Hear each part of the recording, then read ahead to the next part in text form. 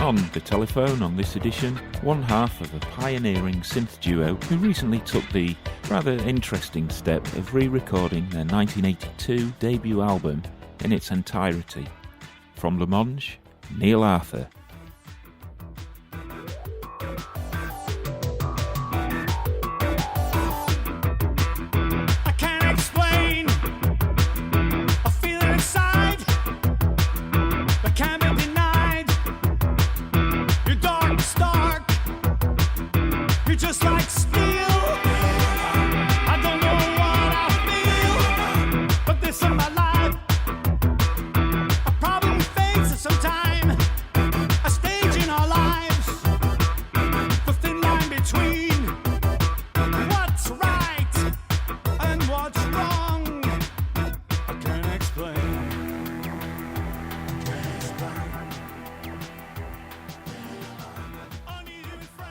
Well, welcome to the Mouthcast, Neil. Hello, how are you? We just played in with a section of I Can't Explain from the new album Happy Families 2, which is a remake of your 1982 debut.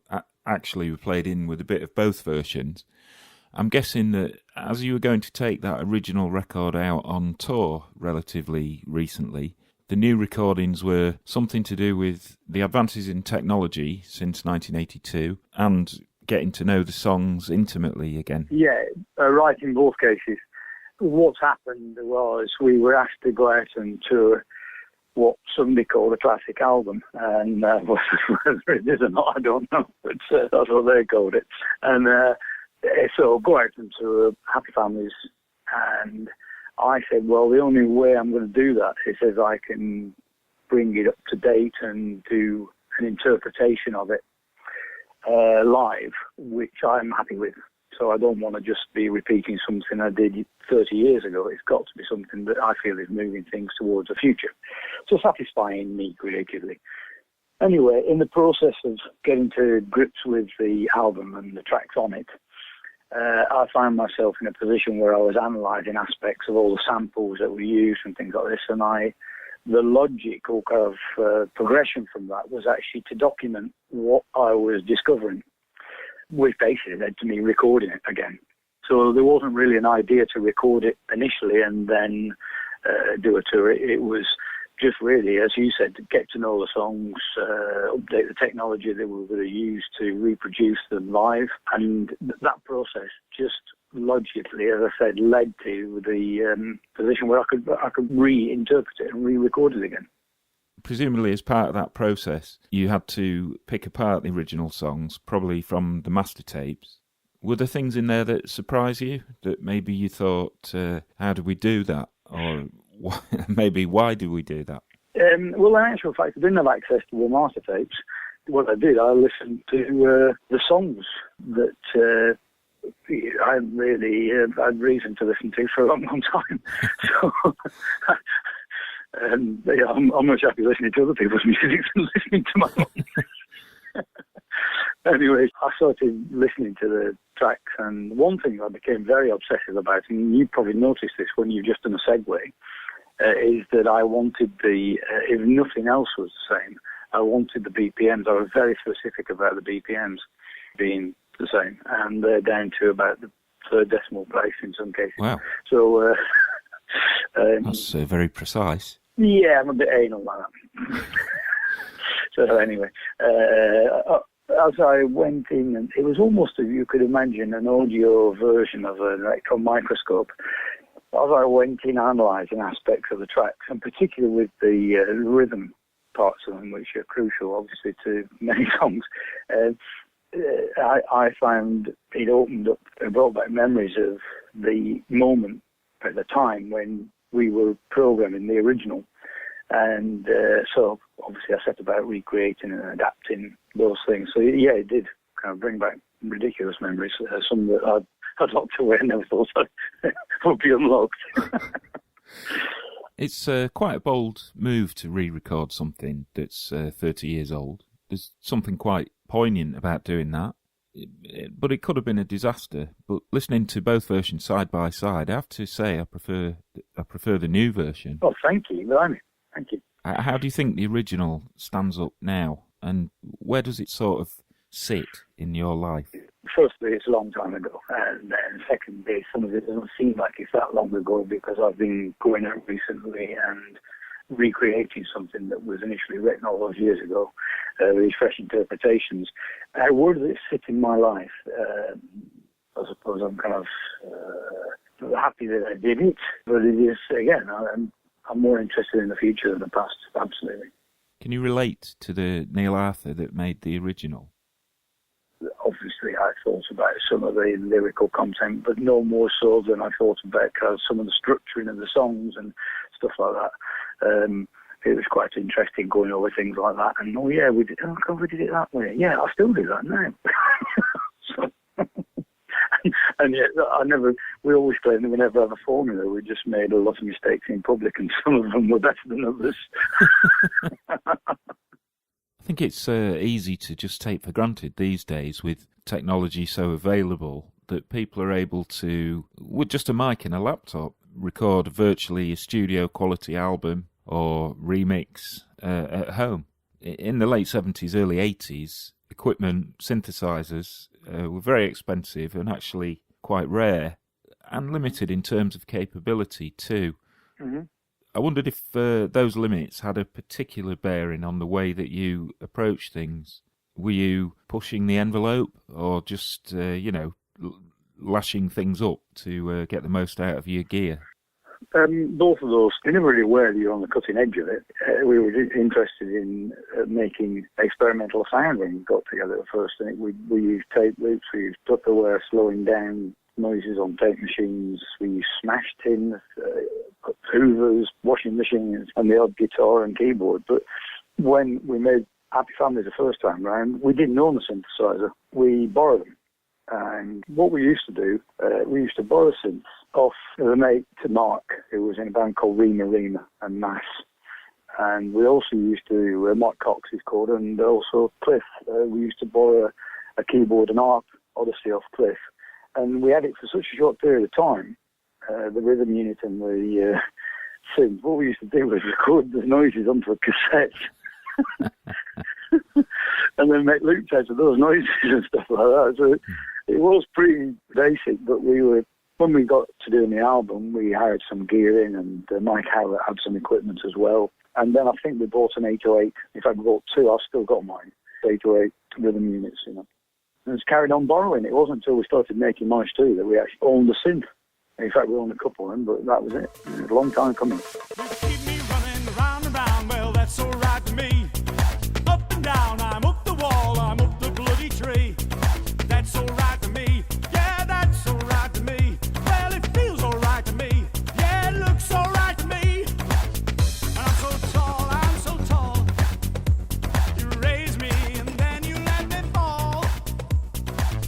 And I'm so small, wrap me round your finger, see me fall. Here we go. At the end of Happy Families 2, there's a handful of remixes, including a great Vince Clarke remix of Living on the Ceiling.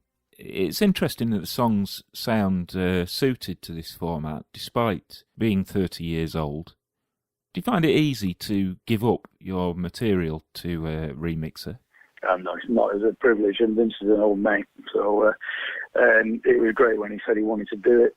Fantastic. No, I have no problems at all. Funny enough, we'll launch a remix competition this week, actually. So, absolutely, more than interested in hearing people's takes on it. And my mates from, obviously, it was great to get Greg Wilson's and Derek Kay's remix of Feel Me. And my son, goes under the name Applebottom, who's doing a lot of music himself at the moment. He's done a remix of Living on the Ceiling, which will probably come out later as well. And the computer guys, our old mates, I've worked with them I've known since when I started counting, but I worked with them, luckily enough, on my solo album, which was out in the early 90s, and then I worked on some of the tracks. We've been good mates, so it's fantastic when they said they wanted to do remixes. I owe them a few now. Are you often surprised by what comes back? Yeah. No more so, actually, than when we got the first Feel Me remix back from John Luongo, which was, that I can remember the very moment. that is a long time ago. But yeah, I'm pleasantly surprised now. It's great getting Vince's back, and well, all of them. But I've got to say that the biggest surprise was when John Luongo's remix of Feel Me came in, and that really was something else. So there were quite a few hit singles for Blancmange. Waves, the ABBA cover, The Day Before You Came, Living on the Ceiling that we just mentioned. I was always very fond of Don't Tell Me. I thought it was the perfect example of your kind of electro existing in a Venn diagram with the exuberance of Asian music, Asian percussion, which was a really interesting mix. How did you happen upon that sound? Well, I mentioned at the beginning that we would use anything and work with anything that was at hand, and would never be afraid to try and incorporate something that we thought sounded good or was a challenge even, if we liked the idea. And we'd always had an interest in music from different areas of the world. It wouldn't even have been called world music. I don't think it wasn't like it was just a matter of tuning into weird radio stations, and sometimes just recording bits of them and stuff like that, and an interest in other cultures. Always had an interest in things, not just close to home, but other cultures around the world, and the whole thing of multicultural living. Just fantastic for me. So I'm just kind of really interested in kind of soaking a lot of that up. And when we did the first mix of Living on a Ceiling, I wish I could find it. It was just my guitars all stacked up, acoustics and electrics and stuff like that. And the record company had listened to it and said, I really like this track. And we know this guy, Dinesh, who's been into work with such a body, I can't remember who it was. What do you reckon to having a listen to his music? We had a listen with it. Oh, fantastic. And his then brother-in-law, Deepak, played sitar and santur. It's actually santur that you hear on Don't Tell Me, sitar on Living on the Ceiling. It was just a wonderful experience. So we got together, had a chat with Dinesh and Deepak. They came in and replaced, in fact we kept some of my guitar, but largely kind of brought the line out with sitar. And that was how we got together. So it was a long time ago, but I can remember it very, very clearly.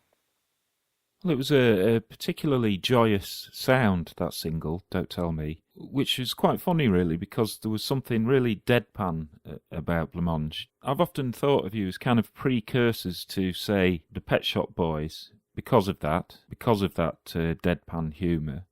So what might have been the stuff culturally that you'd soaked in that made you want to speak with that voice, if you like? I don't know. I don't think anything particularly with music. I think it has to do with your character, really, hasn't it? And how you're brought up. And I'm very much although I've lived in London for years and years, I was very much a northerner, and that was our type of humour.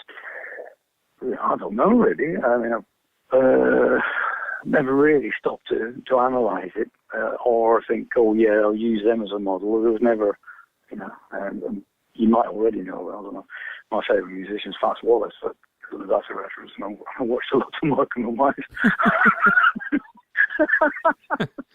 But you've probably seen Per Ubu, and I used to love the way he delivered as well. So maybe a bit of that rubbed off. I really like David Thomas and Per Ubu.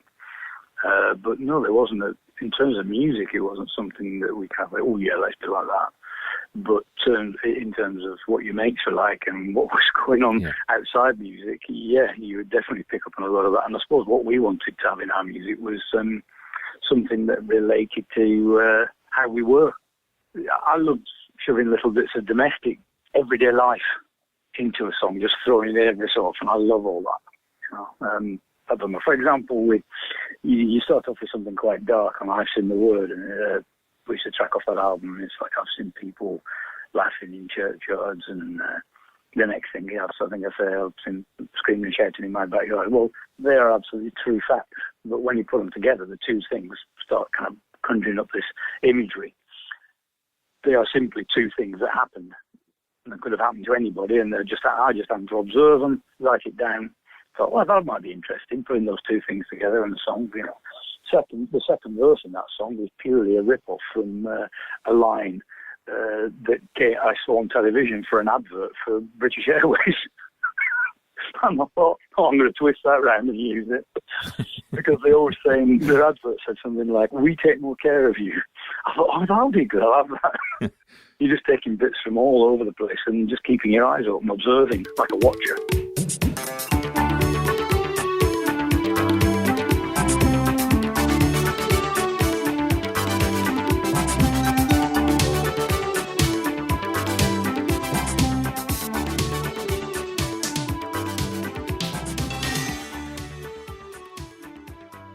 When Blancmange split in 1987, was it a case of getting off the roller coaster? Yeah. Being tired of the industry around the art, if you like? You've got it. Yeah, absolutely. Had enough.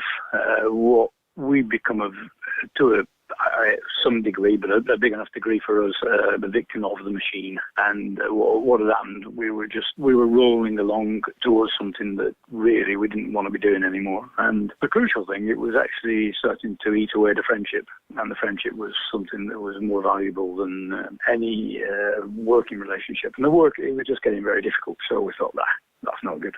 Stop that. And we both went off and did funny enough, we both did film music, and Stephen did theatre. I tended to do film and TV ads and stuff like that. So that work that you went on to do after Blancmange, the film and TV work, was there anything in particular in there that stands out for you as amongst your best work? No, not off the top of my head. But the really nice thing about it was that you answered a brief, and quite often you'd have a blank canvas, particularly if you were working with the right directors. They give you a blank canvas, which is the best thing to have, and you're allowed to express yourself. And it's quite interesting. It's quite a challenge. I did, for example, with the music for the World Cup a couple of times ago, and it was great. You know, they'd send me over a 30-second film, and I'd have to try and make a piece. And I loved it. I loved just chopping up sound. It was great, and I quite like the freedom of not having to write structured songs. Although I've got to say now, I'm really enjoying writing songs. So it was a break from that was great. Knowing that your contract would be fulfilled within a few months. So you reformed Blancmange a few years ago, and there was a new album, Blank Burn, which I may be wrong, but I always thought it was a play on Blackburn. No, you're absolutely right. You know, excellent.